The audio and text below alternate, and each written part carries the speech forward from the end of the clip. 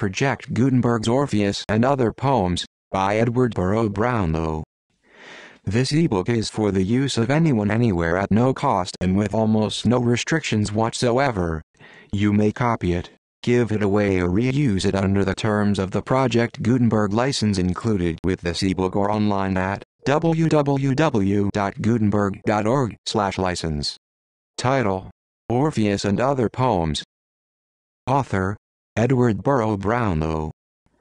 Release date: December 24, 2016, ebook number 53800. Language: English. Character set encoding: UTF-8. **** Start of this Project Gutenberg ebook Orpheus and Other Poems ****.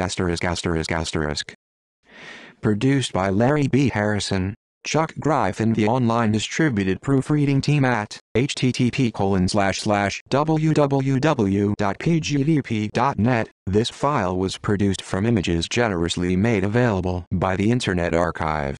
Orpheus and Other Poems by Burrough Brownlow. SAREPTA. Published by the Pen and Pencil Club, Montreal. 0. Entered according to Act of the Parliament of Canada, in the year 1896, by the Pen and Pencil Club, _ at the Department of Agriculture, Ottawa. These poems are now collected and published in memory of Burrough Brownlow, born in London, England, 27 November, 1857, died in Montreal, Canada, 8 September, 1895. By his fellow members of the Pen and Pencil Club. Contents: Orpheus 1. Dead Summer 14. Autumn 15. The Skylark 16. Constancy 17. A Ballad of the Street 18. Sonnet 19. Pantoum, The Blush 20. The Rondo 22. Winter 23. Purpose 24. Sonnet 25. A Roman Girl's Prayer 26. A Ballad of Boccaccio 27. Release 28. The Whippoorwill 29. The Death of the Laureate 30. The Sonnet 32. The Poet 33. Inchia 35. Loveland 36. The Legends and Lilies of France 38. Hawthorne Spray 40. If I Were King 41. World, Wind, Leaves and Snow 42. Rose 45. A Sea Dream 46. The Black Knight 49. The Golden Line 56. Sweet of My Life 57. Hastings 58. Shelley 59. Morning 60. Love's Voice 63. Lilies and Poppies 64. Tobacco 65. Love's Whispers 66. Work 67. Where Bluebells Nod 69. Loss and Gain 70. Trio 71. Desenectute 74. The Coming of Summer 78. Rondel 84. The Abbey Walls 85. The Violet 87. La Farfalla 88. Cowper 92.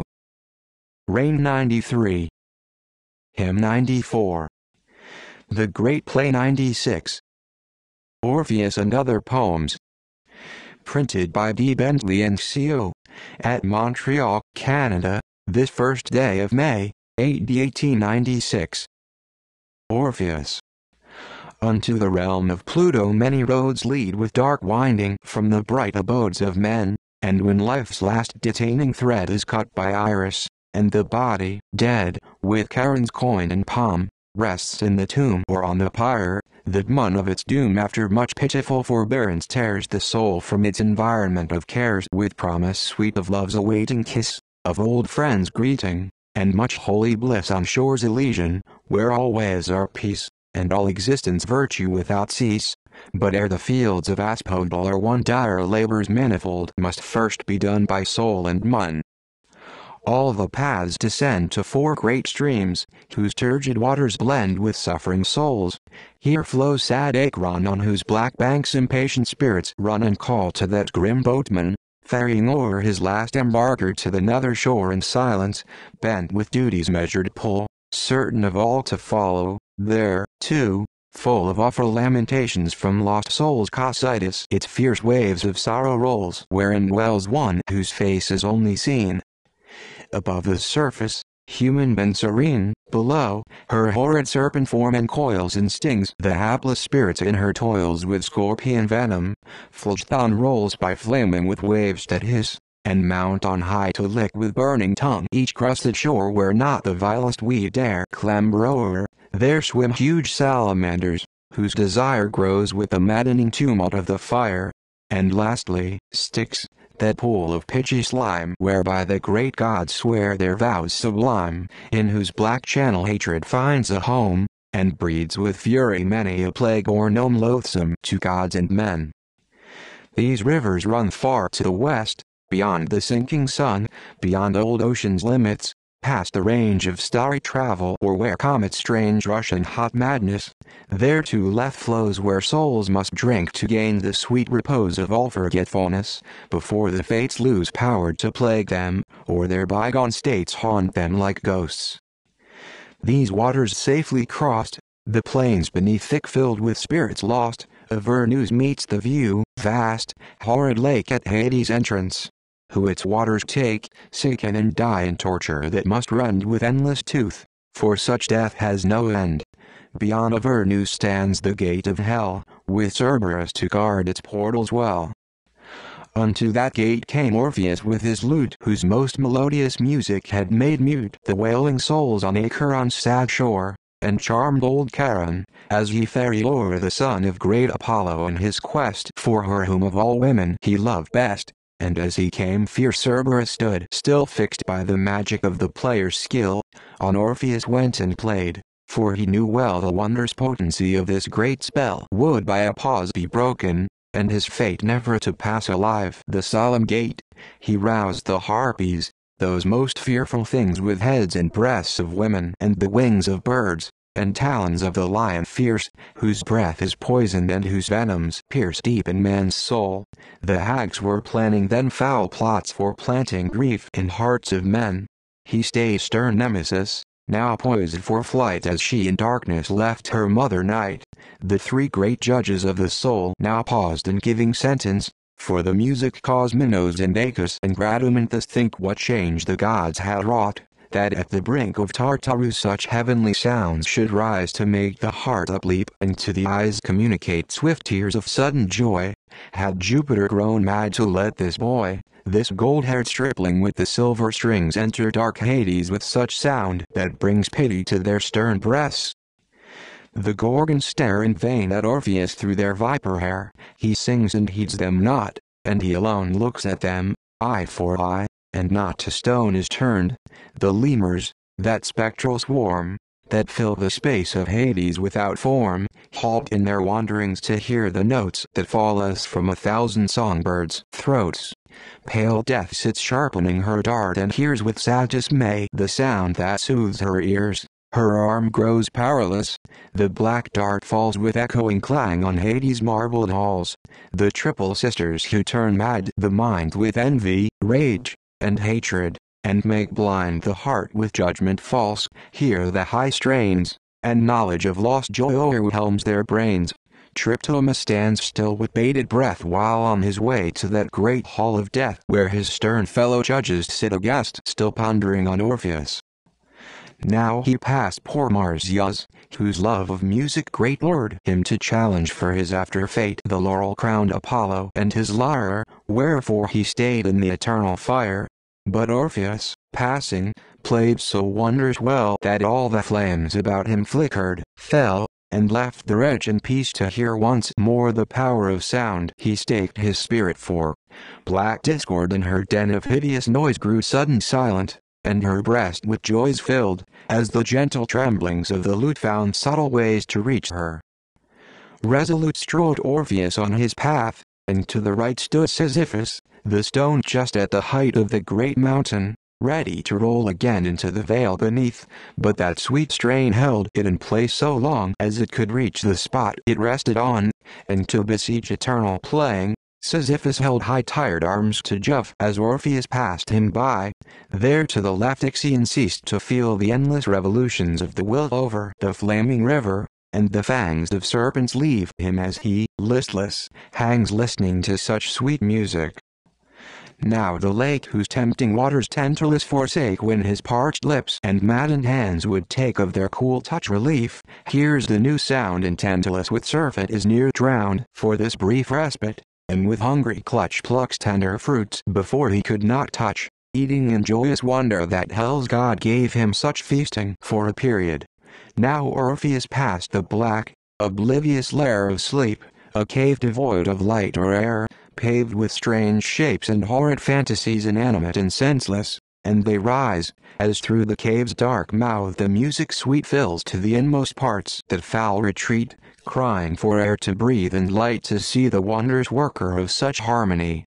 Pluto's high throne within the distance looms, built of the gold and marble of men's tombs upon a base of bones, and by its side stood the pale throne of his beloved bride, Persephone. Behind her shadowy seat shone one blue star, and at its cloud-hid feet glared the red oval of the waning moon that tells sage shepherds of a storm in June when flocks grow restless. When the player came nearer to that great place, a sudden flame shot from the silent air, and blazed as fierce as though 1,000 lightning strokes would pierce in one vast sheet of overwhelming fire the daring mortal who would thus aspire to reach great Plato's love-shrine. In the blaze millions of serpents writhe, but Orpheus plays heedless of all, nor dares to cease lest he lose the safe conduct of his minstrelsy. Unharmed he passes through the floods of flame that would arrest his progress, and he came unharmed beyond them. Lo! Before his eyes a scene of wondrous beauty did arise, such as a poet sees when every sense leaves its abode, and the intelligence of soul usurps the functions of the mind, when unto every object he grows blind seeing through all beyond. For Pluto's throne is more magnificent than love might own in higher regions. Orpheus stood beneath the lowest step thereof, a flowery wreath crowned his bright golden locks, the flowers plucked from the dew-fed meadows and fair bowers where he had wandered with his beauteous bride in happy love quests, ere that eventide when he was wakened by the short, sharp cry calling his name, and saw a snake glide by into the thicket, when he saw the breast that oft had made his head a pillowy rest marked with the fatal venom, which his lips, used to the honey that the love bee sips, closed on in vain endeavor to remove the sentence of the gods on their sweet love. When his strong hands clutched madly the thin air as unto Jove he poured his soul's deep prayer for pity, when, with all his blood turned lead, he looked and saw Eurydice was dead, and when, gainst all the gods he took that oath sacred to her, death's awful bridal troth, that by the power of music's magic spell against their will he would go down to hell and rescue his lost love. Whereat Jove laughed and said to Bacchus as they gaily quaffed in high carousal, "Let the fool take care, Pluto can mind his own. Once in the lair of Hades, Aeon Apollo's son must stay, no goats from that black fold can ever stray." Thus Orpheus stood, but now no longer mute, for to the rich raw tremblings of his lute he raised his rare-heard voice and stilled the word on Pluto's lips, and then all Hades heard: Persephone, Persephone, give back my lost delight to me, by thy great love for thy great lord, by each sweet thought for him adored, by love that thrills and love that fills thy heart as with 1,000 rills of joy, break down his frozen breast and lull his vengeful mood to rest, till mighty Pluto joyfully shall, from his very love for thee, give back my soul's delight to me.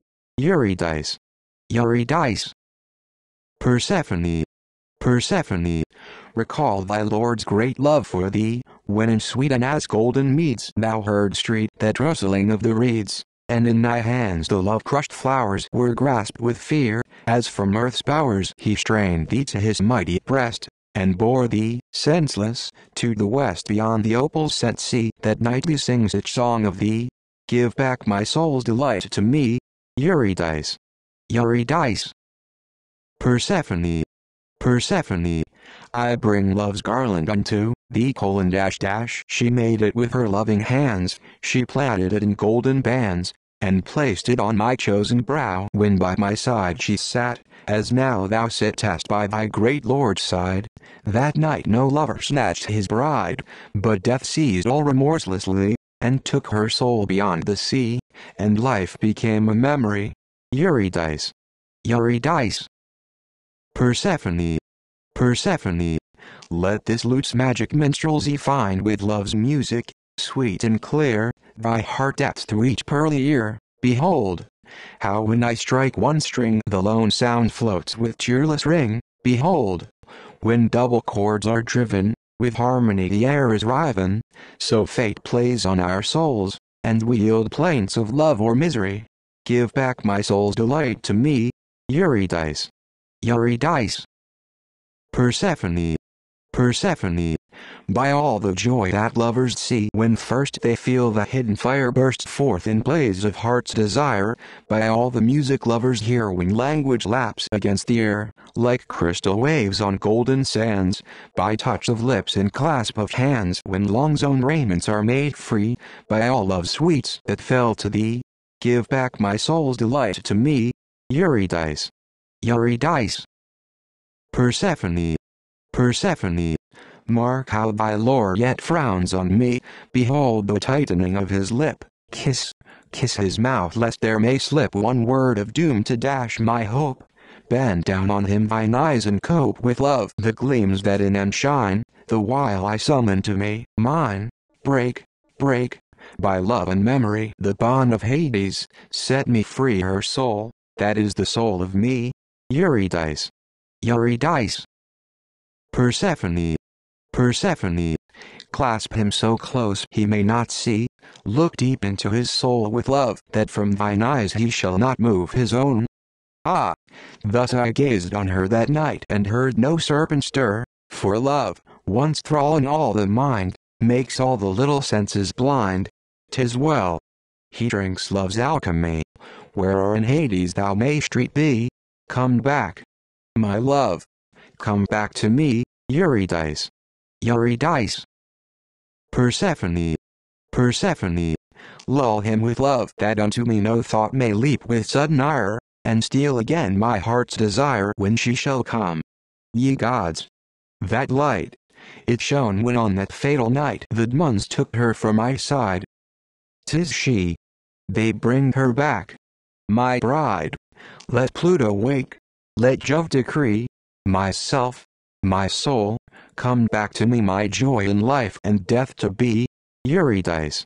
Eurydice. Persephone. Persephone. A moment more and we are free. I feel the breath of outer air, I see the upper stars so fair, I hear the lapping of salt waves, I see the light of day that saves, I feel the pulsing heart throbs run through her fair limbs, I watch the sun uprising in her eyes, and see, its living light thrills into me. She has come back. Come back to me, Eurydice. Eurydice. Dead summer. The lord and lover of the year is slain, fair summer. Nature's joy and earth's sweet pride.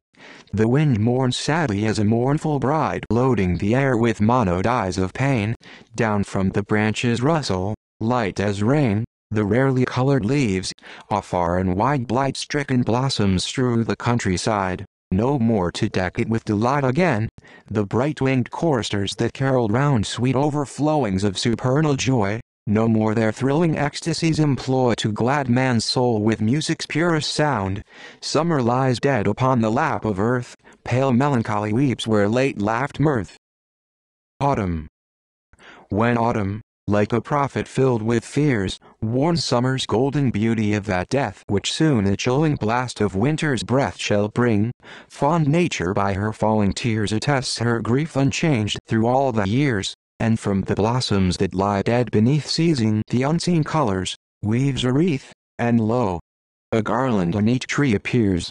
So, when to thee life's end is drawing near and weeping kinsmen kneel about thy bed, may all the rays of goodness thou hast shed from out the buried past shine bright and clear, and golden deeds and thoughts of heavenly hues over thy fading mind soft light diffuse. Thesky Lark. Blithe is the lark when first the morning breaks, and from his nest upcircling through the air he leaves below a world of shadowy care, and off his wings the dew of darkness shakes. For those high lakes of blue he gladly makes, with song that overfloweth everywhere like the sweet grace that falleth after prayer to one who from sin sleep at last awakes. Poets have sung thy praises, but thy song is far above all sound of poet's voice, though listening to thy notes he may rejoice, and wonder if some raptured angel throng pause in their service as thou soarest near, and to thy music lend entranced ear. Constancy. I did not ask thy love nor tell mine own when others sought thee in thy sovereign days, for my sad heart, beholding the bright blaze of thy great beauty, seemed to turn to stone, and on my lips that now have bolder grown, no word would form to utter thy high praise. So stricken was I in love's conquering ways that my poor soul consumed its love alone. Vindictive time now veils thy queen-like charms to thy old champions, and they quickly leave, as grim misfortune comes to cross their arms and pluck thy colors from each coward sleeve. All fly the tilt-yard. Now to fate's alarms I fling my gage at last. Wilt thou believe? A ballad of the street. High clamor of rooks o'er a meadow of clover that make for their haunts at the break of the day. Low babble of brooks where the rain-spotted plover paddles at noon through the sandbanks gray. Gold-banded bees on their murmuring way to the honey-filled blossoms that yield their sweet. These are the visions that round us play as we steer through the turbulent throng of the street. Slow pacing of herds and the song of the drover, a score of clean sails in a Kentish bay, with a glimpse of the castle and cliffs of Dover, and the girdle of sea that shall gleam alway, far off in the fields where they make the hay. Darby and Dorothy manage to meet, and kiss for a moment, alack a day, as we steer through the turbulent throng of the street. Across the wide world love is ever a rover, in palace or cot not content to stay. Soon the pastoral play of our youth is over with its spangles of hope and its fine array. June stifles the flowers that are born in May, and their beauties the autumn shall not repeat. Our fancies the fates try to strangle and slay, as we steer through the turbulent throng of the street. Let us heed not the passers or what they say, while love in our hearts finds a safe retreat, for souls can reach heaven, though feet may stray as they steer through the turbulent throng of the street. The blush. Within my heart there fell a hush. I thought my very soul had died, when first I saw my lady blush and own the love she strove to hide. I thought my very soul had died before affection bade her speak, and own the love she strove to hide with silent ways and manners meek. Before affection bade her speak, I watched her as she used to go with silent ways and manners meek, whilst I with love was all aglow. I watched her as she used to go to gather simple blossoms fair, whilst I with love was all aglow, yet dared not lay my passion bare. To gather simple blossoms fair I often went, to give to her, yet dared not lay my passion bare, though all my soul with love did stir. I often went to give to her my life if she would deign to take, though all my soul with love did stir. My lips their silence dared not break. My life if she would deign to take, 'twas hers, not mine, yet strange to tell my lips their silence dared not break, ere she had learned love's sacred spell. 'Twas hers, not mine, yet strange to tell moons waxed and waned and years flew by, ere she had learned love's sacred spell by touch of hand and glance of eye. Moons waxed and waned and years flew by, I thought she loved, alas, not me. By touch of hand and glance of eye the truth was told, ah, ecstasy. I thought she loved, alas, not me. Within my heart there fell a hush, the truth was told. Ah, ecstasy! When first I saw my lady blush. The rondo. First find your refrain, then build as you go with delicate touch, neither heavy nor slow, but dainty and light as a gossamer thread, or the fleecy white cloud that is breaking o'erhead, or the sea foam that curls in the soft evening glow, and your rhyme must be swinging, not all in a row, but as waves on the sands in fine ebb and quick flow. Yet of rules for a rondo I hold this the head: first find your refrain. For the subject, there's nothing above or below that a poet can learn or a critic may know, but a rondo will hold a rhyme ring that will wed the thought to the thing, yet whatever is said will ne'er be a rondo till you at one blow first find your refrain. Winter. Winter's blast is coldly sweeping over the pallid face of earth. All the merry elves are sleeping, wearied out with last year's mirth. Dismal spirits doomed to wander, never resting anywhere, chase the sparkling crystals yonder through the chill and cheerless air. Where the birds sang in the branches not a sound is heard at all. Snowy flakes and avalanches flutter down with silent fall. Where the grasses nursed the flowers not a sign of life is seen, and the frost has turned the showers into sheets of icy sheen. All the air is sadly sighing, all the trees with sorrows ring. All is dying, dying, dying. Winter, go. Come back, O spring. Purpose. Brother, awake from thy long lethargy, walk forth into the world, search out the task that is allotted thee, tear off the mask of morbid thought that ever blindeth thee. God hath appointed each good man to be his warrior in the righteous fray, then ask his benison, and, donning sword and casque, march forth to meet the common enemy. Each good deed done shall be a death blow given unto us and conceived. Each true word said shall be a javelin that hath not sped in vain, its force doth come direct from heaven. Waste not the time. Man's inmost spirit saith, life without purpose is a lingering death. Sonnet. Year after year I see the trees unfold their baby leaves to the maturing sun, then tender birth of blossoms, one by one, from parent stems that still their nurture hold. Later the tall green corn takes on its gold, crowned with the glory of a purpose done. And last, the sands of beauty being run, all things decline into the common mold. Age after age whirls on the appointed round of mortal destiny. Old thoughts take bloom, and new minds battle in the time-worn strife. Death's winter nips before the task is crowned, and, soon or late, within oblivion's tomb men fall like leaves from God's great tree of life. A Roman girl's prayer. On thy grassy altar, dear, pour I out the 2-year wine, and the incense rises clear from thy holy shrine. Lend me, Venus, both thine ears, let me whisper unto thee all the hopes and all the fears raging now in me. He whom I have loved so well, for whose love my soul hath burned, yields to Chloe's fatal spell and my vows hath spurned. On her beauty now his eyes beam as once they beamed on mine, broken are the solemn ties made beneath the vine. It cannot be that he is born all my joy to turn to grief, for if he do prove forsworn, death is my relief. Mother Venus, look with smiles, lest I lose this joy of love, lend me all thy wit and wiles his cold heart to move. Bless this philtre I prepare from the swift and sweet verven. Mother Venus, hear my prayer, lead him back again. A Ballad of Boccaccio. The length of each day to make short and friendship to bind by a chain, our queen was appointed to reign in the realm of a leafy resort. Strong laws did her ruling support if need were her wish to maintain, though none could love's presence profane when Philomel governed the court. How fine did our glance disport with ladies who followed the train, whilst wisdom enlightened each brain in the wit of each ready retort. Ah, those were the days of fair sport the world ne'er will witness again, for honor her rights did retain when Philomel governed the court. What stories our souls did transport o'er the beauties of fancy's domain, and their morals and meanings were plain, though your critics now try to distort.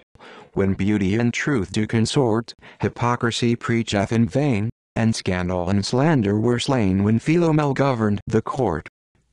Ye moderns, who fight, might and main, for mammon, believe this report, men lived in their castles in Spain when Philomel governed the court. Release. He fears to die who knows not how to live, for death is friendly, shaping to an end the woeful accidents which fate doth blend with high success, to fairer fortunes give, who for this close would ask alternative unto a further lease of earth to lend his soul, and clip the wings that would ascend to God, the source of life infinitive. Look at the parable of things, the sun must some day out. The fairest blossoms die, sweet-throated songsters cease their minstrelsy, and nature endeth all she hath begun. So fear ye not to meet the great release, for the rest storms dissolve in lasting peace. The whip poor will. When early shades of evenings close the air with solemn darkness fill, before the moonlight softly throws its fairy mantle o'er the hill, a sad sound goes in plaintive thrill, who hears it knows the whip poor will. The nightingale unto the rose its tale of love may fondly trill, no love tale this, 'tis grief that flows with pain that never can be still, the sad sound goes in plaintive thrill, who hears it knows the whip poor will. Repeated oft, it never grows familiar, but is sadder still, as though a spirit sought repose from some pursuing, endless ill, the sad sound goes in plaintive thrill, who hears it knows the whip poor will. The death of the laureate. Weep, England, weep. If thou hast tears to shed, thy master son of song has passed away, the Arthur of thy poets far has sped, as the long toiling light fades out of day into an unseen land. No later lay, to cheer thy heart and make thy soul more strong, shall sound within thy walls of sea-girt grey, from the rare voice of him who gave so long the noblest numbers of New English song. Around the world the echoes of that song swiftly rebound, all English hearts to fill, and o'er each peak of empire speed along in roseate splendor, as the sudden thrill of sunrise tips with beauty each new hill. From east and west the glory of his fame rolls back to Albion's shores, and ever will, for east and west can show no poet's name more true and pure, more free from blot and shame. He died in dear old England, in the land where Chaucer first sang tales of jovial cheer, where Spenser chanted forth his pen's brand, and Shakespeare left a word supreme and clear, where Milton bade the epic reappear, and Wordsworth, later, gained a deathless name. With these great five, this memorable year has yielded Tennyson, for future fame the sixth true English poet to acclaim. The moon streamed through the lattice where he lay, in that last struggle of the living powers, and round his brow her glory 'gan to play, as when he wooed her in sweet English bowers, midst silent birds and open-hearted flowers, till scenes of old-time beauty through his brain before him passed. Thus kindly death endows the last sad moments, lulling them from pain, and memory brings her sweetest stores again. The Sonnet. The sonnet is a diamond flashing round from every facet true rare-colored lights, a gem of thought carved in poetic nights to grace the brow of art by fancy crowned, a miniature of soul wherein are found marvels of beauty and resplendent sights, a drop of blood with which a lover writes his heart's sad epitaph in its own bound, a pearl gained from dark waters when the deep rocked in its frenzied passion, the last note heard from a heaven-saluting skylark's throat, a cascade small flung in a canyon steep with crystal music. At this shrine of song high priests of poesy have worshipped long. The poet. Men call him mad because he weaves the glory of the golden corn and paints the beauty of the sheaves they gather night and morn. They laugh when he in rhapsody, with eye uplift and soul serene, translates the wonders of the sky which they have dimly seen. Or if he pluck a wayside flower and tell them of its beauty rare, they smile, not knowing God's great power is manifested there. Or if when tempests rule the sky he walk and talk with wind and rain, they call his soul's great ecstasy a sickness of the brain. He walks unrecognized of men, for sense may not discern the soul, the morrow's wonders of his pen their sympathies control. Along the battlefield of life, content to lose if others gain, he lifts no finger in the strife, yet feels its bitter pain. He wanders through the crowded street, or lingers by the countryside, for all things good his heart doth beat with love that is worldwide. The troubles of his fellow men he shrines with pity in heart, and prays the time to hasten when all sorrow shall depart. And when the kindly voice of death proclaims life's journey duly trod, he blesses all with parting breath and leaves the rest to God. In Botia, vine tendrils drooping in the midday sun take me to Greece, ere Sappho sang those lays, whose echoes, falling down this length of days, trance us with beauty, sweet and halcyon. Satyrs, green garlanded, skip madly on through woody wilds, loud shouts of ribald praise mingle with merry laughter, and amaze the peaceful shepherds, who, affrighted, run. Fair dryads swell the riot-filling song from every tree trunk, and from each pure spring sweet naiad voices rise with silvery ring to welcome him who leads the dancing throng. Old Bacchus, reeling, neath the weight of wine, chanting a stave, half drunken, half divine. Loveland. Ah, Jenny, though life is not over, yet the sweetness of living is past. No longer we walk through the clover and watch the white clouds sailing fast, for a darkness has newly arisen to spread and to spoil our fair sky. All our days must be spent in a prison, and the black cloud shall never pass by. Ah, Jenny, though bright the scales glitter, in the midst of the coil lurks a fang. The fruit of the almond is bitter, though the blossoms are fair while they hang. The rose has a canker within it, and some day the lark will not sing. The year that flew by as a minute shall bear heavy on love's broken wing. Ah, Jenny, our playbook lies broken behind us. Before is the page hermetic. And so for a token to charm away grief in our age, remember the words of creation, let there be love, when love's fire through our lips like a sacred libation drenched our souls with the wine of desire. Ah, Jenny, we journeyed together life's road for a year and a day, bright summer has been all our weather, fair blossoms have strewn all our way, and shall we now part at the corner of the crossroads and meet nevermore, because the world leers like a scorner and mocks when we pass by its door? Ah, Jenny, the hand that I gave you that night when I promised to keep your heart, lo, I stretch out to save you and to save my own soul from hell's deep. Let the world say its worst, we shall never hear its voice or see aught of its gloom, for in Loveland the birds sing forever and the roses are always in bloom. The legends and lilies of France.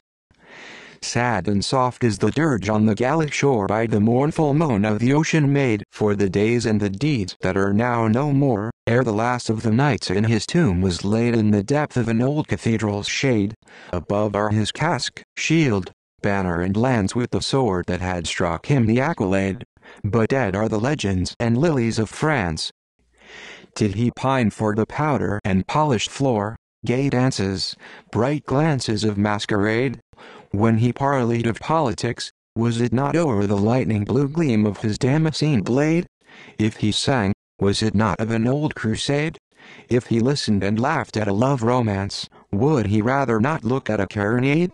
But dead are the legends and lilies of France. If his lady's fair favor he sought to implore by a witty ballade or a sad serenade, did he write it? Not he, when a troubadour was willing to sing all the day if paid in a bower of bloom or a vine arcade, or to sigh all night in the moonbeam's dance, while he dreamed of rampart and escalade. But dead are the legends and lilies of France. The cathedral still stands with its fine facade. Some old stones of the rampart remain by chance. There are diplomats, dances, and gasconade, but dead are the legends and lilies of France. Hawthorn spray. After the early spring's dissolving powers had eased the earth of winter's icy weight, I went into the woods with soul elate to watch the coming of the firstborn flowers. Fair Flora soon began to build her bowers of leaf and bloom in forms both small and great. The trees put forth their canopies of state, and from the ground sprang up between the hours most beauteous blossoms in a glorious band of perfect shapes and colors richly blent, and all my soul was filled with glad content. But one pink hawthorn in a far-off land sent all my thoughts like birds on eager wing back to the beauty of old England's spring. If I were king of some great land with lords and commons to command, my crown should be with justice bright instead of jewels, and love's light should be the scepter in my hand. One law of virtue should be planned that all alike might understand the simple rule, that right is right, if I were king. One church should stand in God's own sight where all who wish to worship might. Its ministers should be a band of soldiers with a purpose grand to put all evil thoughts to flight, if I were king. World, wind, leaves and snow. World. Gray wind of the north. With thy burden so chill, oh, for the blast and the blowing, why fliest thou fast over river and rill, adown the deep valley and up the steep hill, alas! For the storms that are sowing, through gloom-spreading forest, bare meadow, bleak moor, above the sea surges, along the seashore, oh! Whither, grey wind, art thou going? Wind. The corpse of my lover my arms do enfold, oh! For the roar and the rattle, whose beauty was rarer and fairer than gold, whose joys were bright jewels, unbought and unsold, alas! For the fear-stricken cattle, and I chant in thine ear the sad dirge of the dead, for the summer is slain and the winter so dread is hasting to offer thee battle. World. Sere leaves of the autumn, resplendent and bright, oh! For the frost and the fading, why fall ye so thickly by day and by night, with raining of color that dazzles the sight, alas! For the winter's invading, till heaped on my bosom like relics of love ye lie, sad remembrancers, sorrow to move my spirit with woe overlading. Leaves. We thought to have woven a garment of grace, oh! For the moon in their veiling, embroidered with beauty's bright fancy should trace, but, alas! We have gazed on his death-stricken face, alas! For the heavens are paling, and the robe of our fancy is changed to a pall, and the garlands that lately did crown him must fall, love's labor is all unavailing. World. Pale snow, with a touch that is light as the air, oh! For sky's cloud and earth's cover, why weighst thou down on my heart filled with care, on my soul with its anguish too heavy to bear? Alas!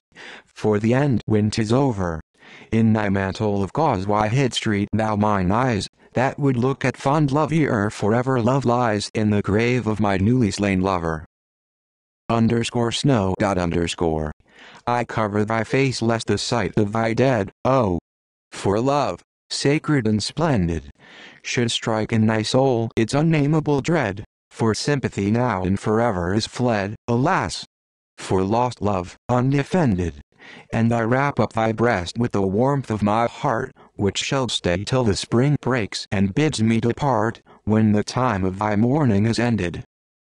Rose. Know you whence the roses came? Roses are the queen of flowers, Rose is my beloved's name. All my heart was set aflame as we walked through Cupid's bowers. Know you whence the roses came? Is it sweetness? Is it shame, when the sunshine's spoiled by showers? Rose is my beloved's name.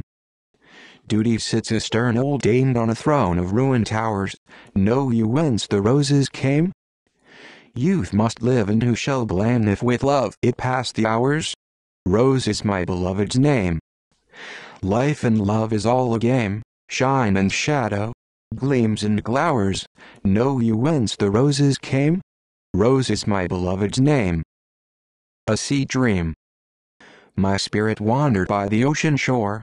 Proud Argosies sailed out to Albion's isle deep laden with a new world's golden store. The sun-kissed waves danced lightly, nature's smile suffused o'er all the scene's sweet loveliness awhile. Light silver veils, like tender thoughts outspread when dreaming lovers taste supernal joy, floated around heaven's azure bridal bed in listless splendor. Others did convoy earth's treasures o'er the deep that plotted to destroy. There rose as from the sea a strange mirage out of the past. The clouds like floating drapes each moment changed, and ocean's long rivage was wreathed by magic in 1,000 shapes, now gemmed with flashing isles, now girt with solemn capes.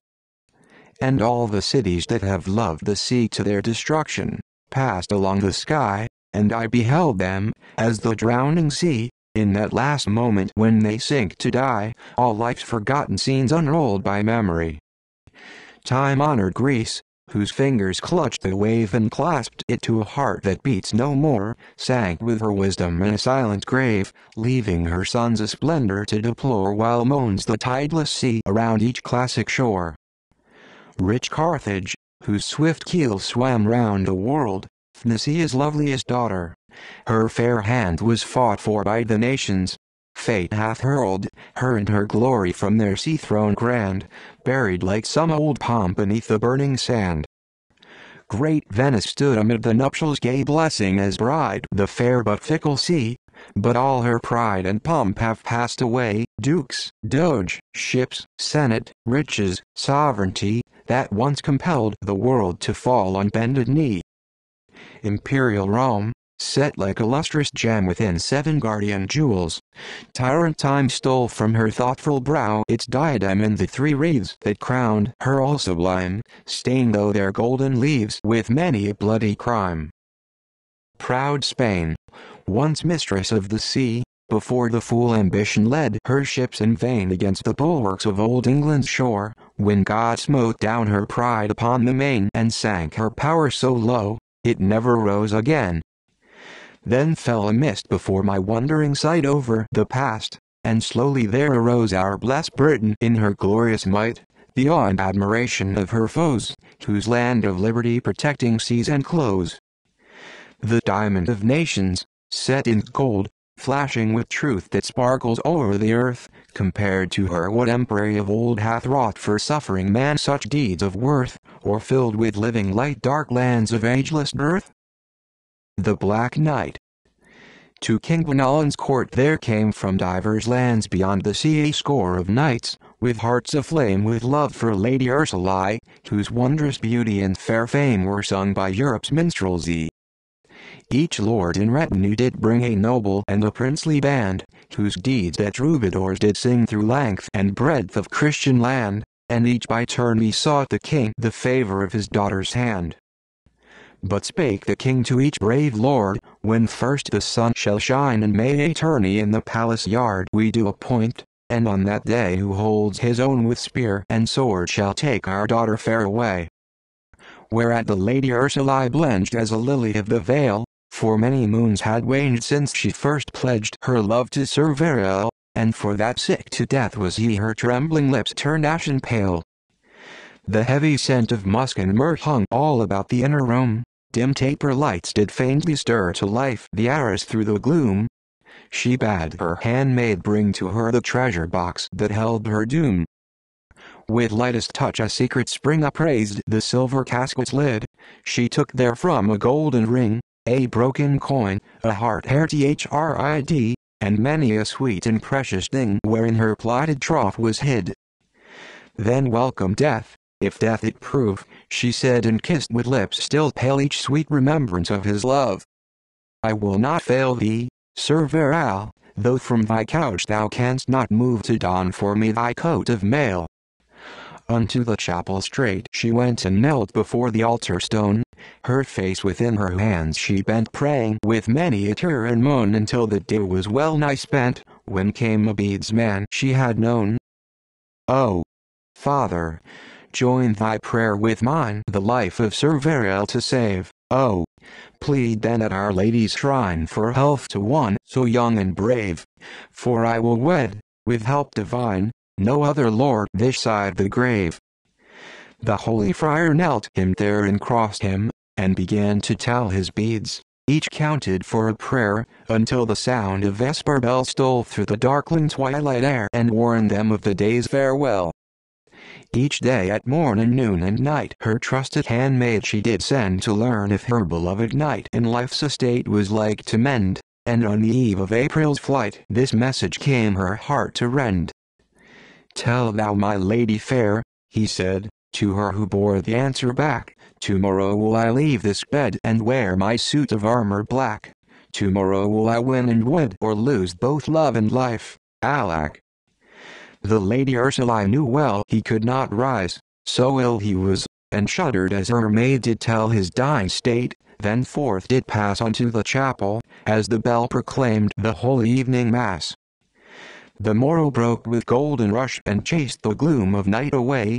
The pipe of blackbird, song of thrush, rose with the skylark's roundelay. The wild flowers started with a blush to meet the first bright morn of May.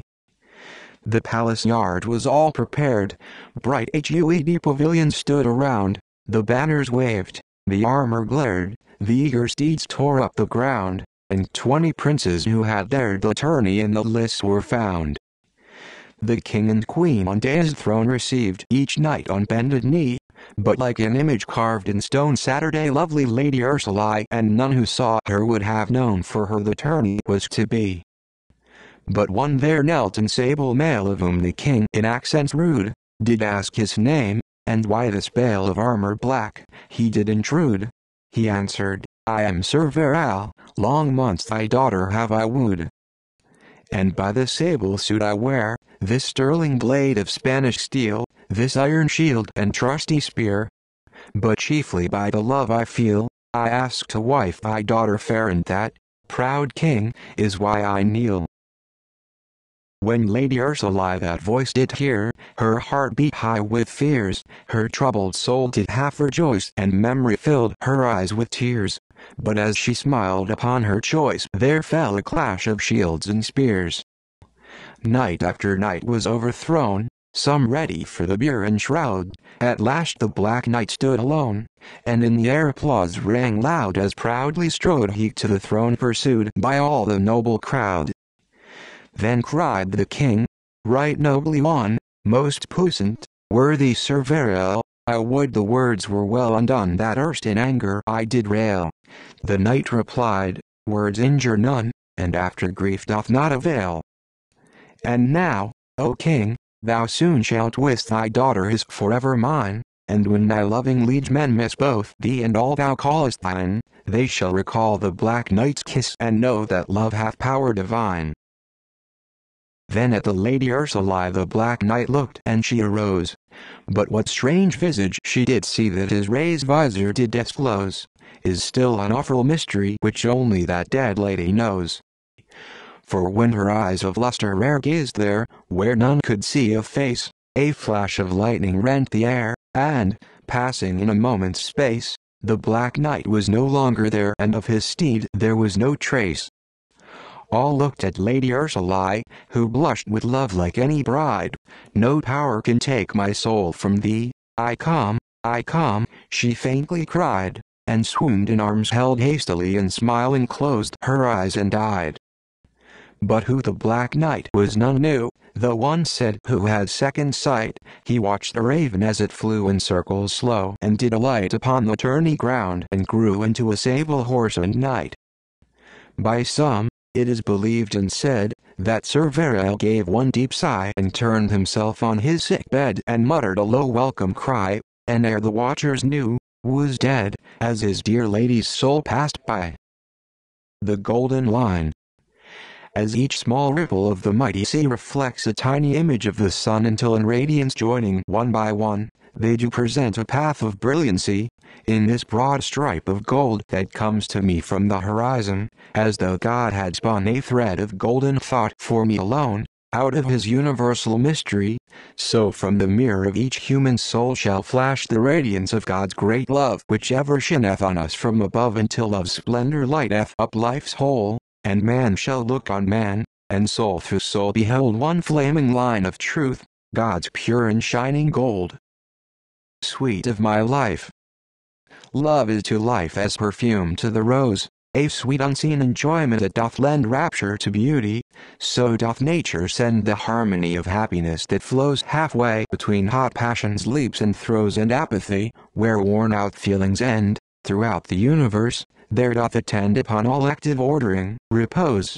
O thou, the fair embodiment of good, who first within me struck the chord of love, necessity of life.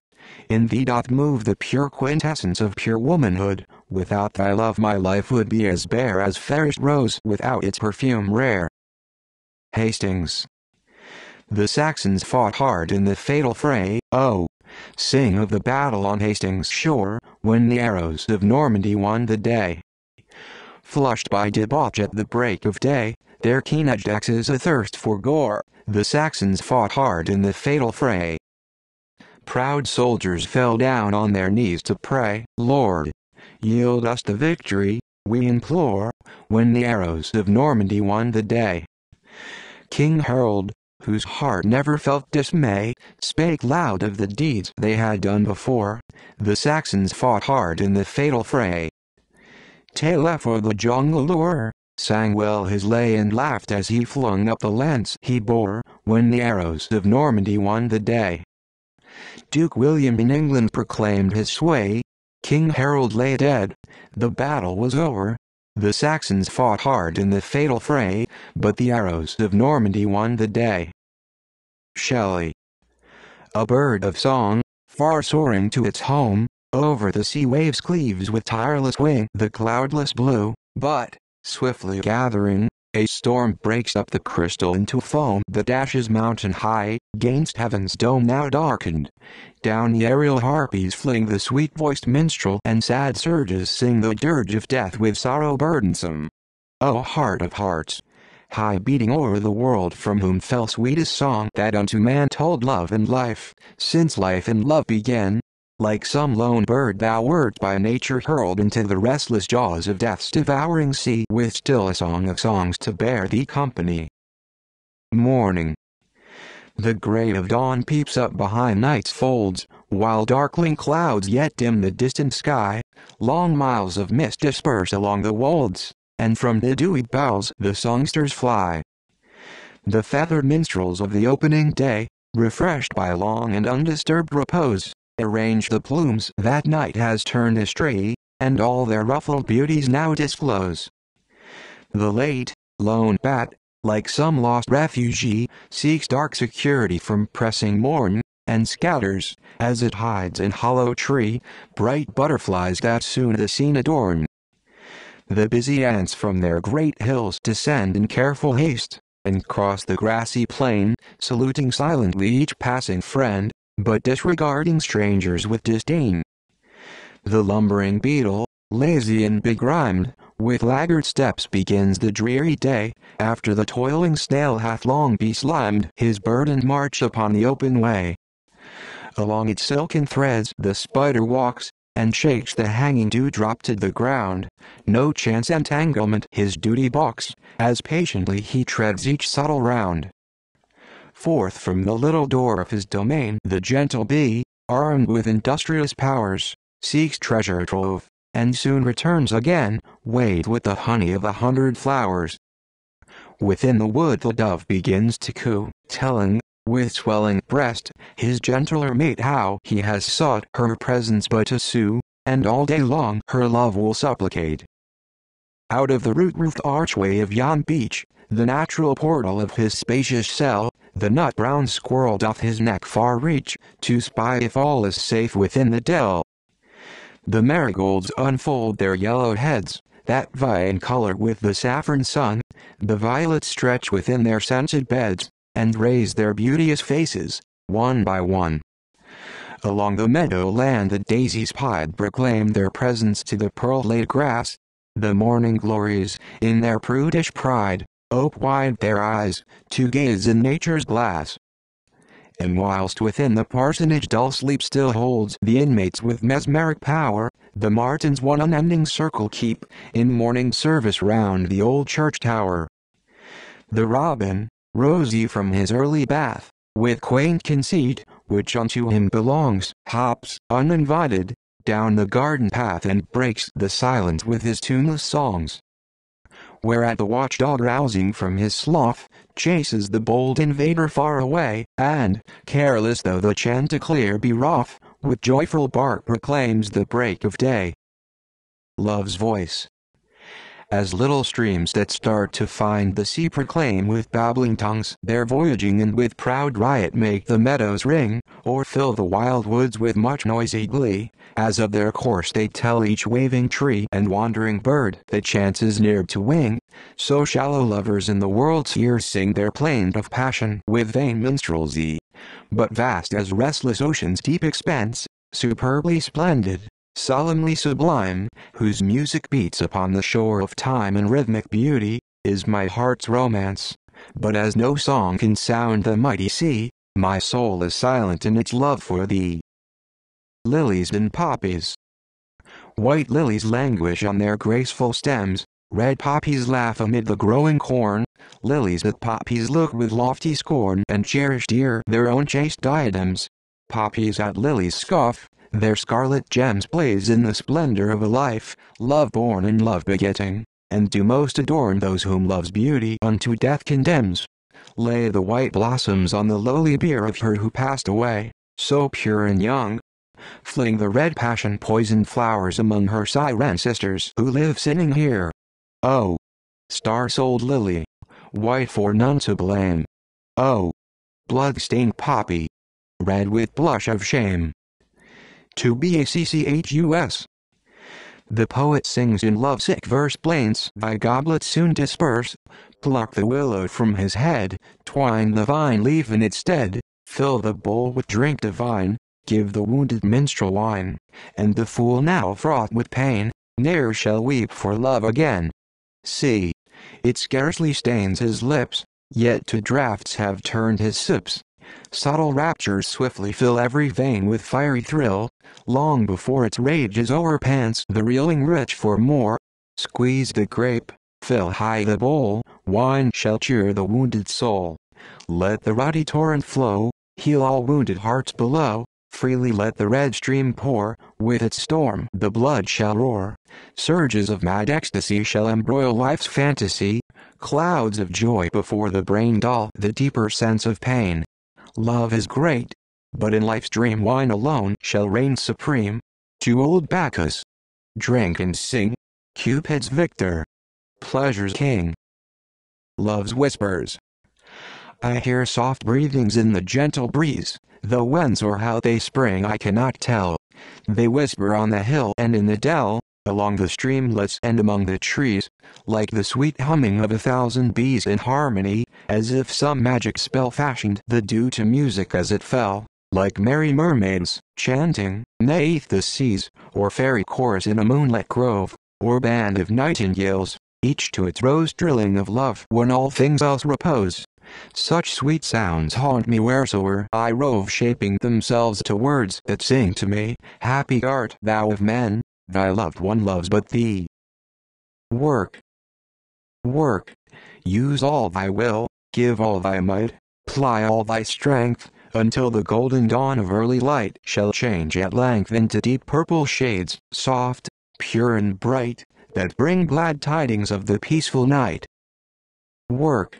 While the subtle seasons onward roll in certain course, the ways of this frail world to help control, that keen remorse in life's last moment, ere thy deeds unroll may strike no sudden anguish to thy soul. Work. Taking lessons from the mighty past, what men have done, yet let not those old masters hold thee fast, they have begun, what later souls must finish. They have cast the first stones at earth's evil, not the last. Work.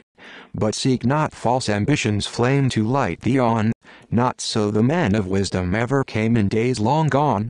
No sordid dream, no bare desire for fame has left on memory's lips one worthy name. Work.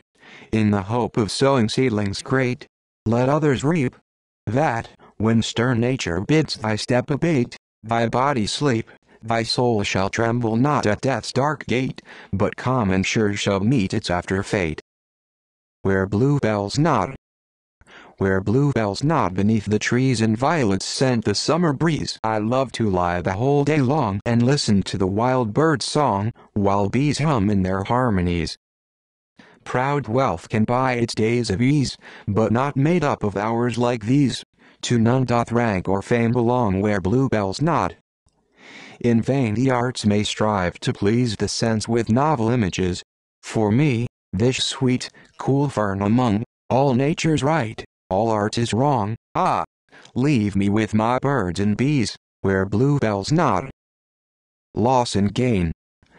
Since thou hast come the world and I have parted, like chance met friends whom love has never chained, away it spins, mad-brained and merry-hearted, while I count o'er what I have lost and gained.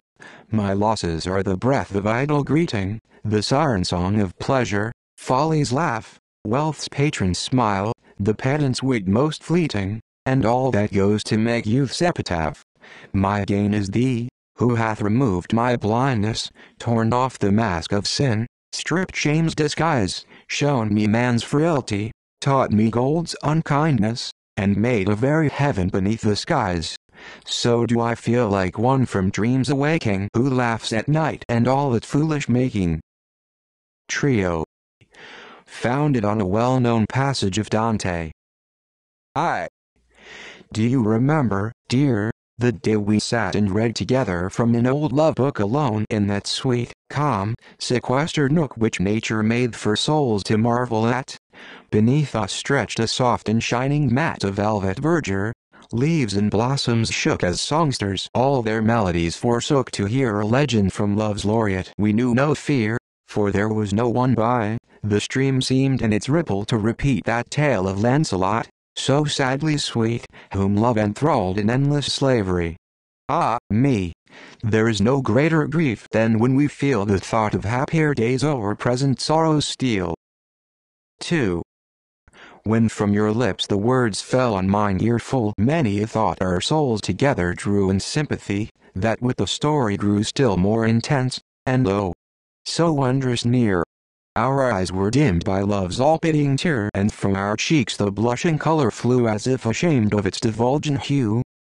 How well we understood the story, dear! The blue vault overhead bore not a cloud upon its surface. On our sky of love not yon the shadow of a sigh did move, where now the soul storm rages long and loud. Ah, me! There is no greater grief than when we feel the thought of happier days o'er present sorrows steal.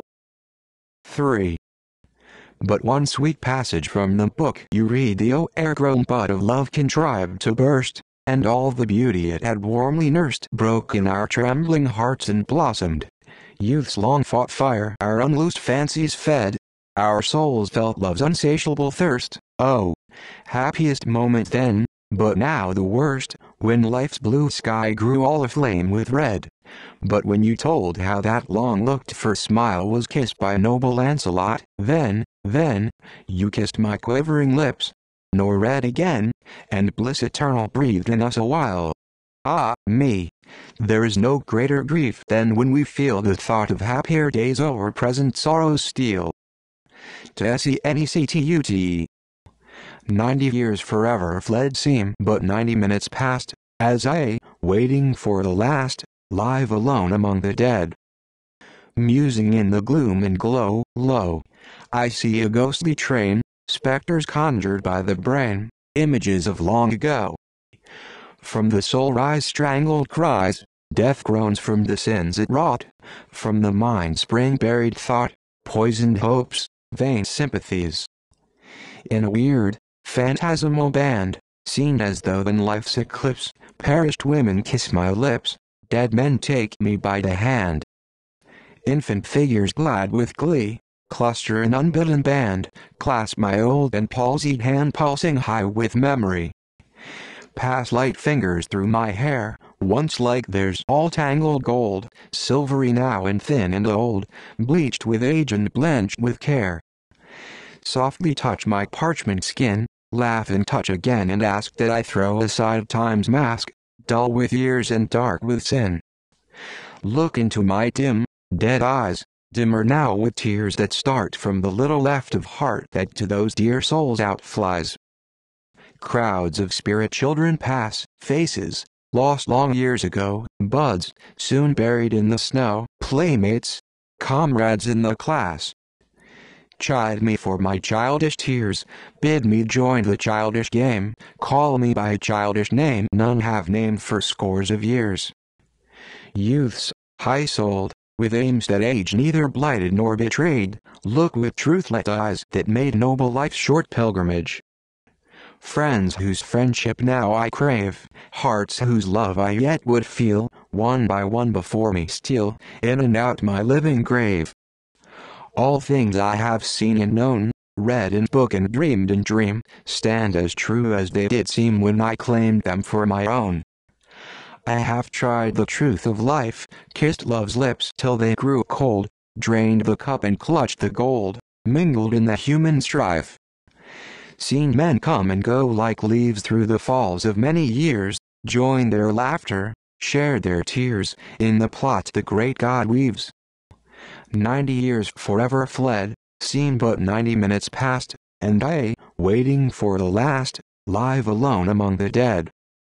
The coming of summer. Grim winter rose and girded on his sword to battle with the world. At each swift blow the wind hissed cold, and at the sound abhorred birds ceased their singing and the river's flow stayed in its course. The sun's warm glow reached not the flowers through the air's dark frown, the last leaves perished, and the crystal snow paled the soft bosom of the earth so brown and all her pulsing life was frozen down. Within time's wondrous palace of past years nature sat grieving on her ancient throne, her furrowed cheeks were wet with scalding tears, and from her wrinkled mouth scaped many a moan, for she was brooding on delights long flown, when all was bright and happy and the land flourished in fruitfulness, and there was known no sign of sorrow, ere stern winter's hand gave right of spoil to all his ruthless band. Ah me, she cried aloud in accents sad, that ever son of time should work such woe, and he of all the offspring I have had, the eldest, unto whom my love did go like streams that meadow margins overflow with rainy surfeit for the thirsty earth, whom I had hoped from childhood would upgrow rich in high thought, bold deed and noble worth, and yet woe's curse fell on him from his birth. In simple beauty spring knelt gently down, kissed the sad tears from nature's careworn face, smoothed from her thoughtful brow each troublous frown with tender hands, that left of pain no trace, and then upstood in modest maiden grace, sang, Behold, mine hour hath come to me, I go to make my love a resting place against his coming from beyond the sea, a throne most fitting for his sovereignty. So spring walked forth into the icy cold, and as her first soft footfall touched the earth, a joyous thrill on everything took hold, and from the spot a snowdrop white had birth. Then a bold robin piped across the dearth of frozen land a loud defiant sound. Then winter knew his power was little worth, and sped him forth to higher vantage ground, with all his yelling rout fast flying round. The birds set up a chorus of glad song, watching their nests among the shady trees. Insects in quick innumerable throng made live the earth and air. Gold-laden bees scorned the fine butterflies that flew at ease among the blossom beauties of the fields. The strong young leaves defied the assaulting breeze, spreading the brightness of their verdant shields to guard the nursling fruit that autumn yields. Where the thin moonbeams cast their joys along a verdured veil of rapturous delight, spring caught the echoes of the herald's song, and saw the flowerets in the dead of night lift up their watchful faces, glad and bright, and heard the birds soft singing through the shade, singing for summer in the morning light. Then sank her soul within her, and afraid, she watched the circuit that the fast moon made. As death, unseen, poised high his vengeful dart, and nature knelt beside spring's fallen form, night's outer curtain 'gan to wave and part before the sun's first breath, so bright and warm, the diamond dew to rainbows did transform, the flowers raised up their heads to their full height, the breeze bore on its wings a music storm as every bird sang forth in full delight and loudest strain the sighings of the night. And spring, revived a little, moved her head, and to her mother said, in accents mild, Before he comes, alas! I may be dead. Oh, hasten to him, mother, for thy child, and give him this. I plucked it in the wild, and tell him ere King Death his mantle throws I would he kissed my lips, and on me smiled. Oh, haste thee, mother mine, take this white rose, and bid him come my dying eyes to close. With her last word the golden door swung free, a blaze of sunshine scattered all the gloom, sweet music rolled in a voluptuous sea, the radiant air was filled with scent and bloom, and summer stood, the bravest-hearted groom that ever bride had waited for and won, but spring lay like an image on a tomb, her too short pilgrimage already done, her blue eyes closed, her latest breath begun. And as her soul forsook its frail abode, golden-haired summer, with a cry of pain, across the threshold of time's palace strode, with tears that fell in showers like to rain, calling on spring to come to life again. But tears could not disturb her last repose, and all the calling of his heart was vain. Summer still thinks of spring. His grief he shows, when golden raindrops fall upon the rose. Rondel. God's wisdom all my spirit fills with faith that puts to flight all doubt, the snow dissolving into rills refreshing earth from last year's drought adown the peeping slopes of hills carve their increasing channels out. God's wisdom all my spirit fills with faith that puts to flight all doubt. The day that stirs, the night that stills, spring's mask of flowers, rich summer's rout, each wonder, far past finding out, with joy and love my bosom thrills. God's wisdom all my spirit fills with faith that puts to flight all doubt. The Abbey Walls.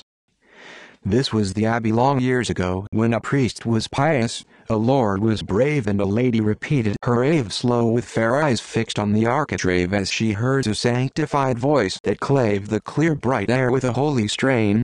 All have been lost in time's great wave, only the old grey walls remain. One arch still stands of all the row that circled the abbey so tall and brave. These flags, as legend would have us know, are the very stones that used to pave the cloister walk, when a proud Margrave heard from his hiding a love talk plain which he never forgot and never forgave. Only the old grey walls remain. Here where the nettle and nightshade grow by a nameless stone, is the quiet grave of a murdered priest. They laid him low under the walk of the quiet nave. 'Tis whispered, alas, that a dagger gave a stab to the heart that brought no pain. Of all the story that time could save, only the old grey stones remain. Envoy. Ballad. To that dead lady go say love still sings its sad refrain. Of its lofty hope and sunny glow only its old grey walls remain. The violet. Born in the night and christened with the dew, the violet lifts its face for morning's kiss, and each fair petal, filled with nature's bliss, weaves from the sunshine a sweet robe of blue. The birds look down and wonder how it grew, for yesterday the leaves were now it is lay green by the grass, and naught was like to this, earth's earliest counterfeit of heaven's hue. The shy hepatica, the show-drop white, the trebly mounted trillium, the blaze of golden daffodil with sunny rays, have all arisen in their beauty bright, but none of Flora's firstborn can compare with this blue blossom darling of the air. La Farfalla. Bright little butterfly, mounting at morning over love's garden of sweet delight, heedless of harm and the honeybee's warning, bent upon pleasure, in pain's despite. Gaily thou flutterest, gaudily flaunting all thy fair charms to the winds that kiss like a soul in Elysian happiness haunting new meadows of bliss. When the first grey beam of the dawn uplifting shadows of sleep from a world of dreams, from sea marge to mountain and meadowland drifting, lighted at last on thy wings bright gleams kissed thee and waked thee and whispered thee hasten to herald the sun where it might not smite in the deeps of dark dells where white flowers waft in and languish for light. Thou hast bathed in the sun-flashing spray that arises from ripples that laugh on the brook's fair face. Thou hast gazed in the mirror that nature devises for beauty's delight in her own sweet grace. Thou hast basked in the heat of the noontide splendor when cricket piped high in the grass beneath, and the blossoms that carried thy burden so tender were crowned with a wreath. The lily grew pale, for thou past its perfection, the violet bowed in a passion of grief, the daisy had hope of thy gracious election, the bluebell despaired of its heart's relief, the hyacinth spread all its beauties before thee, the marjoram blushed as it caught thine eye, the mignonette flung its sweet fragrance o'er thee, but thou passed them by. Light was thy heart, and the pleasures thou scattered were pure as the flowers on which they fell, till the red rose sought thee and caught thee and flattered, with promise of love thou hast known too well.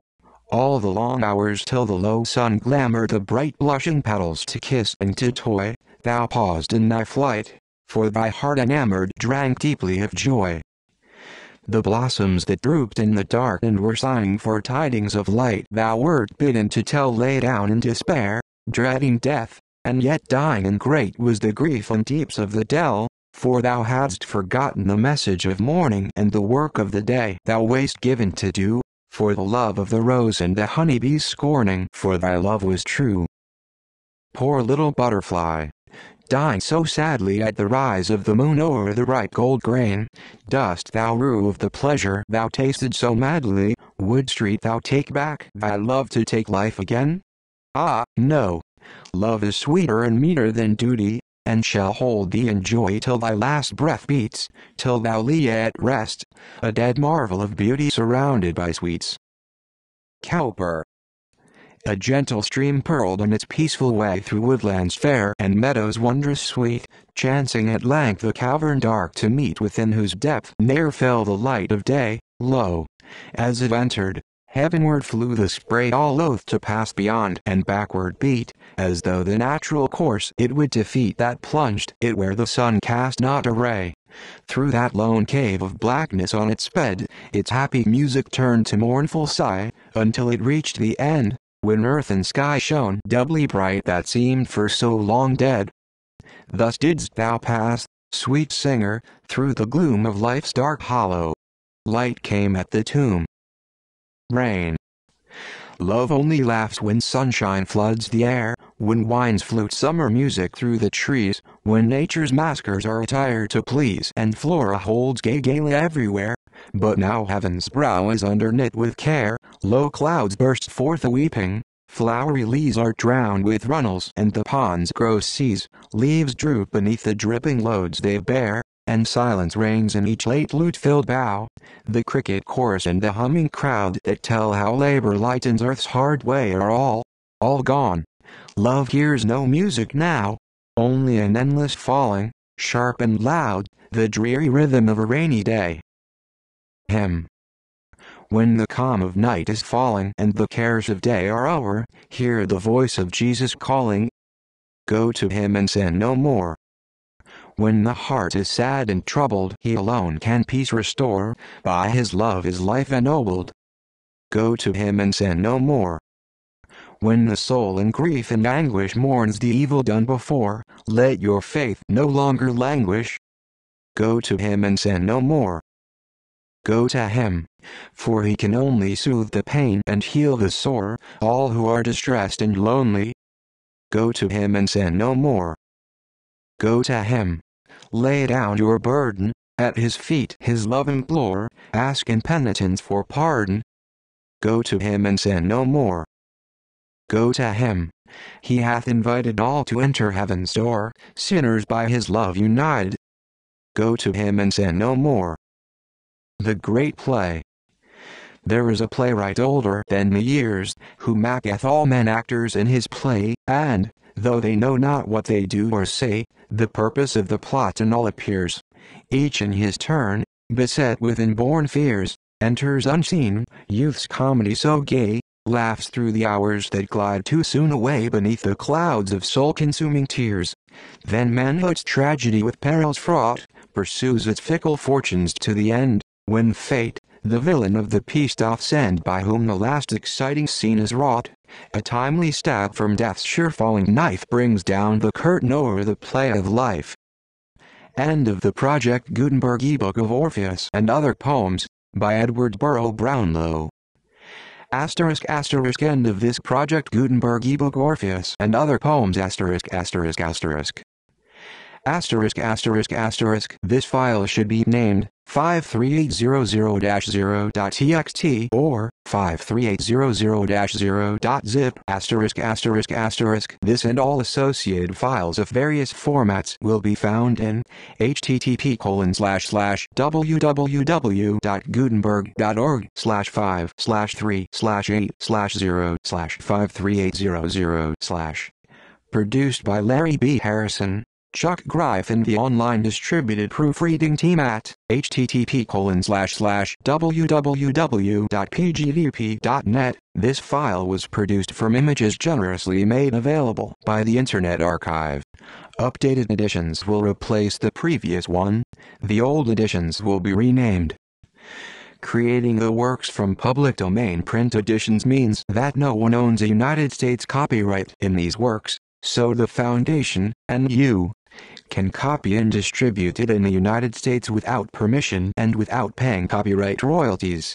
Special rules, set forth in the general terms of use part of this license, apply to copying and distributing Project Gutenberg TM electronic works to protect the Project Gutenberg TM concept and trademark.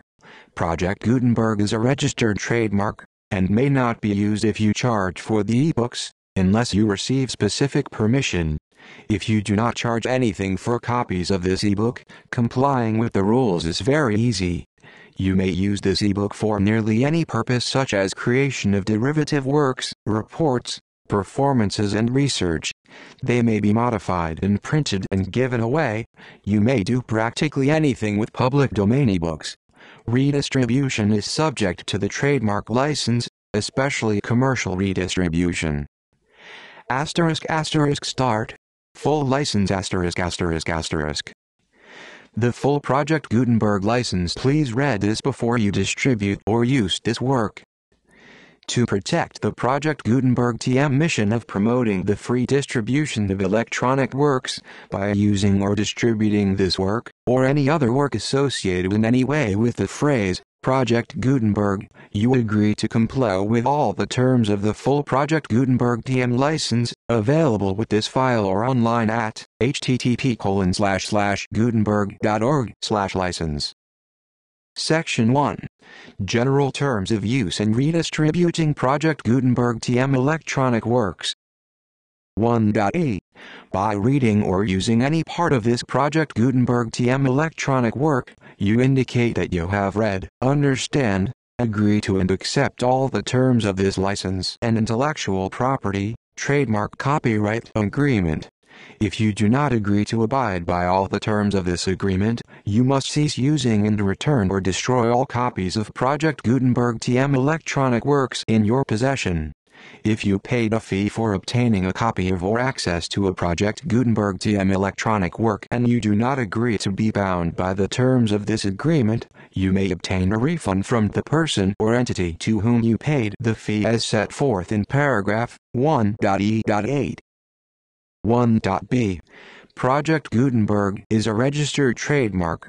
It may only be used on or associated in any way with an electronic work by people who agree to be bound by the terms of this agreement. There are a few things that you can do with most Project Gutenberg TM electronic works even without complying with the full terms of this agreement. See paragraph 1.c below. There are a lot of things you can do with Project Gutenberg TM electronic works if you follow the terms of this agreement and help preserve free future access to Project Gutenberg TM electronic works. See paragraph 1.e below. 1.c. The Project Gutenberg Literary Archive Foundation, the Foundation, or PGLAF, owns a compilation copyright in the collection of Project Gutenberg TM electronic works. Nearly all the individual works in the collection are in the public domain in the United States. If an individual work is in the public domain in the United States and you are located in the United States, we do not claim a right to prevent you from copying, distributing, performing, displaying or creating derivative works based on the work as long as all references to Project Gutenberg are removed. Of course, we hope that you will support the Project Gutenberg TM mission of promoting free access to electronic works by freely sharing Project Gutenberg TM works in compliance with the terms of this agreement for keeping the Project Gutenberg TM name associated with the work. You can easily comply with the terms of this agreement by keeping this work in the same format with its attached full Project Gutenberg TM license when you share it without charge with others. 1.d. The copyright laws of the place where you are located also govern what you can do with this work. Copyright laws in most countries are in a constant state of change. If you are outside the United States, check the laws of your country in addition to the terms of this agreement before downloading, copying, displaying, performing, distributing or creating derivative works based on this work or any other Project Gutenberg TM work. The Foundation makes no representations concerning the copyright status of any work in any country outside the United States. 1.e. Unless you have removed all references to Project Gutenberg. 1.e.1. The following sentence, with active links to, or other immediate access to, the full Project Gutenberg TM license must appear prominently whenever any copy of a Project Gutenberg TM work, any work on which the phrase, Project Gutenberg appears, or with which the phrase, Project Gutenberg is associated is accessed, displayed, performed, viewed, copied or distributed. This ebook is for the use of anyone anywhere at no cost and with almost no restrictions whatsoever. You may copy it, give it away or reuse it under the terms of the Project Gutenberg license included with this ebook or online at www.gutenberg.org/license. 1.e.2. If an individual Project Gutenberg TM electronic work is derived from the public domain, does not contain a notice indicating that it is posted with permission of the copyright holder, the work can be copied and distributed to anyone in the United States without paying any fees or charges. If you are redistributing or providing access to a work with the phrase, Project Gutenberg associated with or appearing on the work, you must comply either with the requirements of paragraphs 1.e.1 through 1.e.7 or obtain permission for the use of the work and the Project Gutenberg TM trademark as set forth in paragraphs 1.e.8 or 1.e.9. 1.e.3. If an individual Project Gutenberg TM electronic work is posted with the permission of the copyright holder, your use and distribution must comply with both paragraphs 1.e.1 through 1.e.7 and any additional terms imposed by the copyright holder. Additional terms will be linked to the Project Gutenberg TM license for all works posted with the permission of the copyright holder found at the beginning of this work. 1.e.4.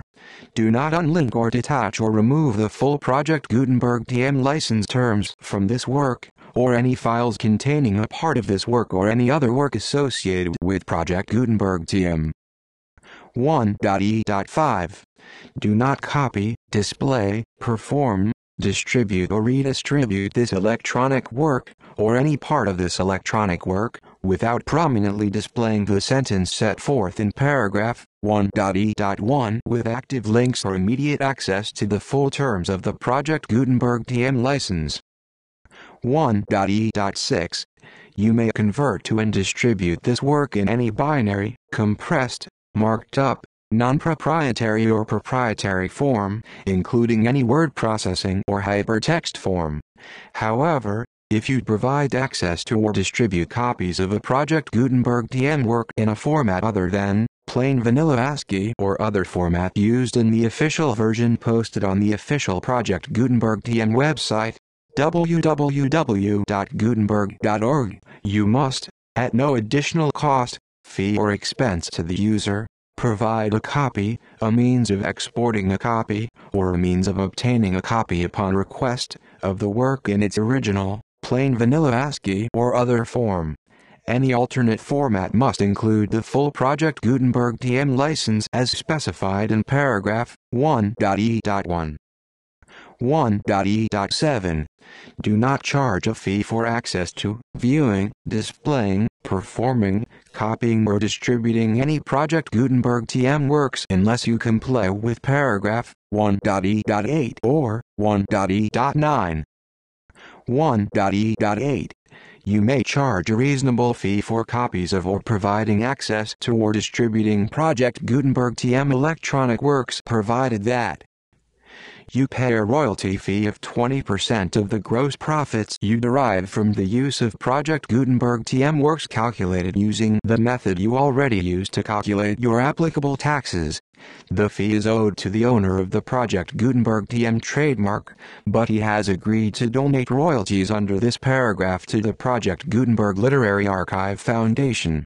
Royalty payments must be paid within 60 days following each date on which you prepare, or are legally required to prepare, your periodic tax returns. Royalty payments should be clearly marked as such and sent to the Project Gutenberg Literary Archive Foundation at the address specified in Section 4, Information about donations to the Project Gutenberg Literary Archive Foundation. You provide a full refund of any money paid by a user who notifies you in writing or by email within 30 days of receipt that he does not agree to the terms of the full Project Gutenberg TM license. You must require such a user to return or destroy all copies of the works possessed in a physical medium and discontinue all use of and all access to other copies of Project Gutenberg TM works.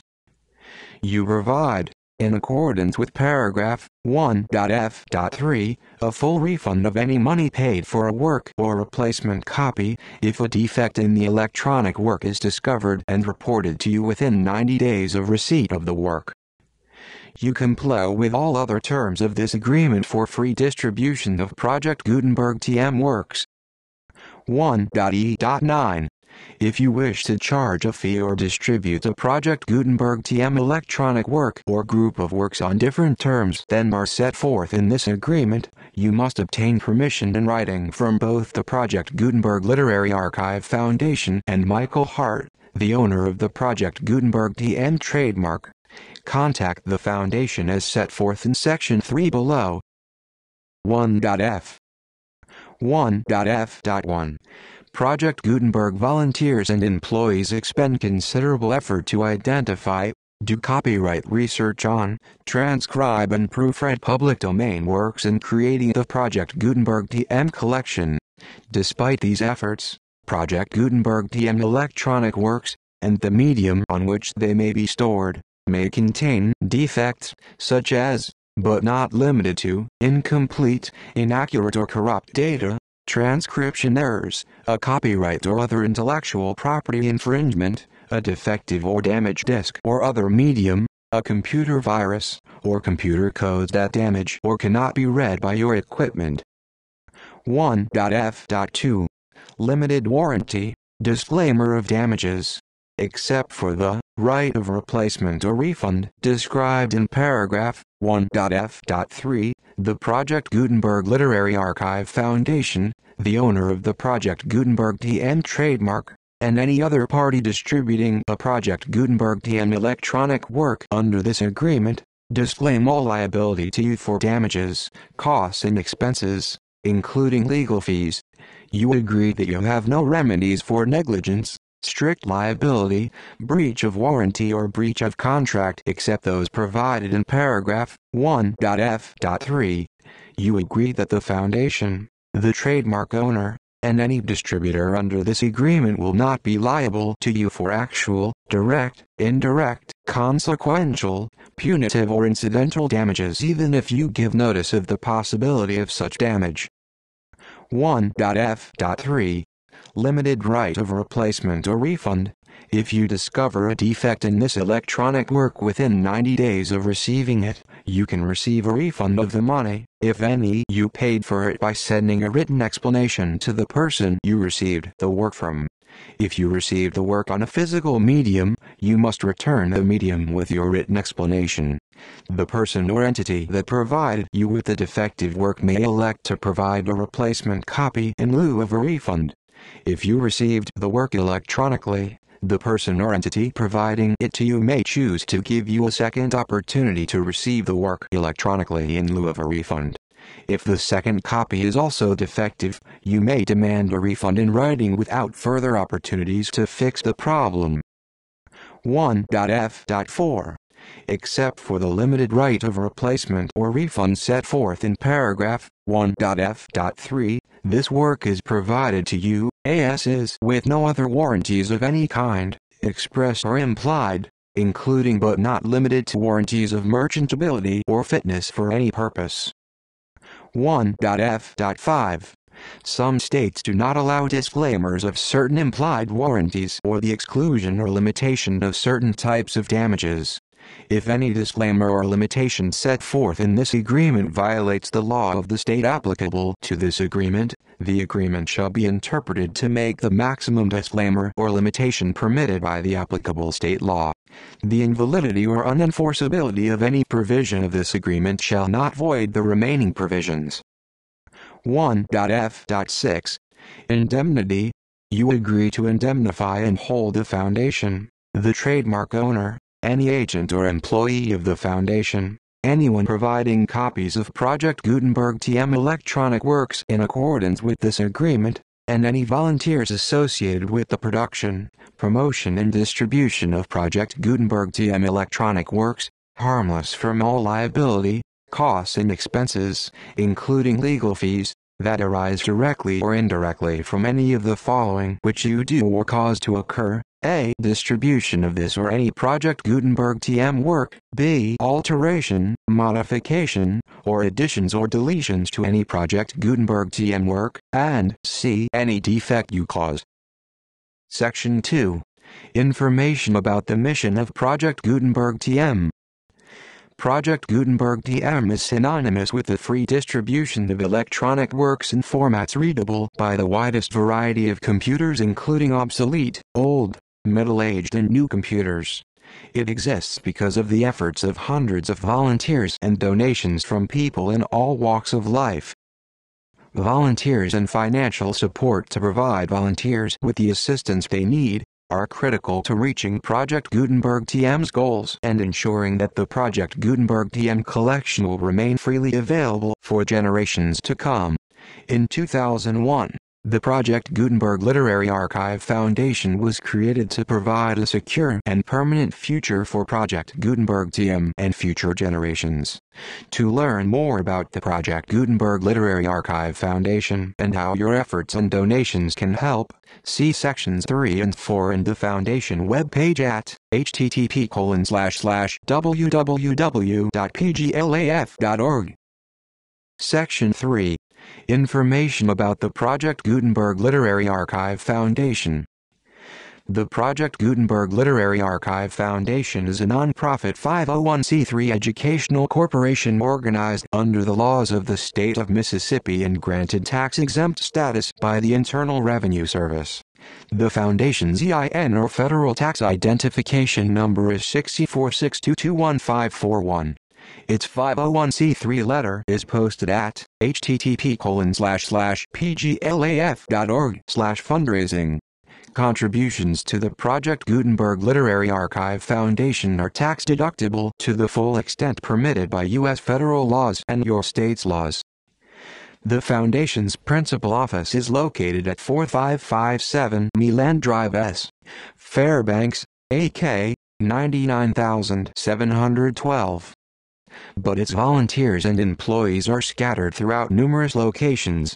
Its business office is located at 809 North 1500 West, Salt Lake City, Utah 84116, 801-596-1887, email, business@pglaf.org. Email contact links and up-to-date contact information can be found at the Foundation's website and official page at http://pglaf.org. For additional contact information, Dr. Gregory B. Newby, Chief Executive and Director, GBNEWBY, at pglaf.org. Section 4. Information about donations to the Project Gutenberg Literary Archive Foundation. Project Gutenberg TM depends upon and cannot survive without widespread public support and donations to carry out its mission of increasing the number of public domain and licensed works that can be freely distributed in machine-readable form accessible by the widest array of equipment, including outdated equipment. Many small donations, $1 to $5,000, are particularly important to maintaining tax-exempt status with the IRS. The Foundation is committed to complying with the laws regulating charities and charitable donations in all 50 states of the United States. Compliance requirements are not uniform, and it takes a considerable effort, much paperwork and many fees to meet and keep up with these requirements. We do not solicit donations in locations where we have not received written confirmation of compliance. To send donations or determine the status of compliance for any particular state, visit http://pglaf.org. While we cannot and do not solicit contributions from states where we have not met the solicitation requirements, we know of no prohibition against accepting unsolicited donations from donors in such states who approach us with offers to donate. International donations are gratefully accepted, but we cannot make any statements concerning tax treatment of donations received from outside the United States. U.S. laws alone swamp our small staff. Please check the Project Gutenberg web pages for current donation methods and addresses. Donations are accepted in a number of other ways, including checks, online payments, and credit card donations. To donate, please visit http://pglaf.org/donate. Section 5. General information about Project Gutenberg TM Electronic Works. Professor Michael S. Hart is the originator of the Project Gutenberg TM concept of a library of electronic works that could be freely shared with anyone. For 30 years, he produced and distributed Project Gutenberg TM ebooks with only a loose network of volunteer support. Project Gutenberg TM ebooks are often created from several printed editions, all of which are confirmed as public domain in the U.S. unless a copyright notice is included. Thus, we do not necessarily keep ebooks in compliance with any particular paper edition. Most people start at our website, which has the main PG search facility, http://www.gutenberg.org. This website includes information about Project Gutenberg TM, including how to make donations to the Project Gutenberg Literary Archive Foundation, how to help produce our new ebooks, and how to subscribe to our email newsletter to hear about new ebooks.